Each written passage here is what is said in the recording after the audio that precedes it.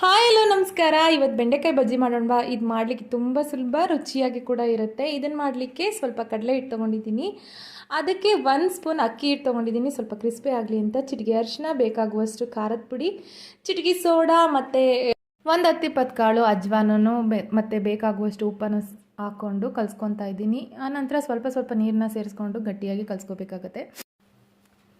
ನಂತರ ಒಂದು 4-5 ಬೆಂಡೆಕಾಯಿ ತೊಗೊಂಡು ಚೆನ್ನಾಗಿ ತೊಳೆದ್ಬಿಟ್ಟು ಇದು ಬಟ್ಟೆ ಅಥವಾ ಟಿಶ್ಯೂ ಸಹಾಯದಿಂದ ಒರೆಸ್ಕೊತಾ ಇದ್ದೀನಿ.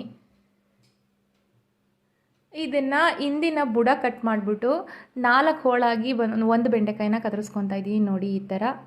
ಇದನ್ನು ಸೀದಾ ಕಲಸಿಟ್ಕೊಂಡಂಥ ಬಜ್ಜಿ ಮಿಶ್ರಣದೊಂದಿಗೆ ಅದ್ದಿ ಬಿಸಿಯಾದ ಎಣ್ಣೆ ಒಳಗೆ ಹಾಕ್ಕೊಂಡು ಕರ್ಕೊಂಡ್ರೆ ಆಯಿತು. ಕ್ರಿಸ್ಪಿಯಾದ ಬೆಂಡೆಕಾಯಿ ಬಜ್ಜಿ ರೆಡಿ ಆಗುತ್ತೆ. ಇನ್ನು ಮಕ್ಕಳು ಬೇಸಿಗೆ ರಜದಲ್ಲಿ ಮನೇಲಿ ಉಳ್ಕೊಳೋದ್ರಿಂದ ಸಂಜೆ ಹೊರಗಡೆ ಡೈಲಿ ತಂದು ಕೊಡೋದಕ್ಕಿಂತ ಈ ಥರ ಒಂದು ಸಿಂಪಲ್ಲಾಗಿ ಏನೋ ಒಂದು ರೆಸಿಪಿ ಮಾಡಿ ಕೊಟ್ಟರೆ ನೋಡಲಿಕ್ಕೂ ಚೆನ್ನಾಗಿರುತ್ತೆ, ಮಕ್ಳಿಗೂ ಖುಷಿಯಾಗುತ್ತೆ. ನೀವೊಂದು ಸಲ ಟ್ರೈ ಮಾಡಿ. Thank you.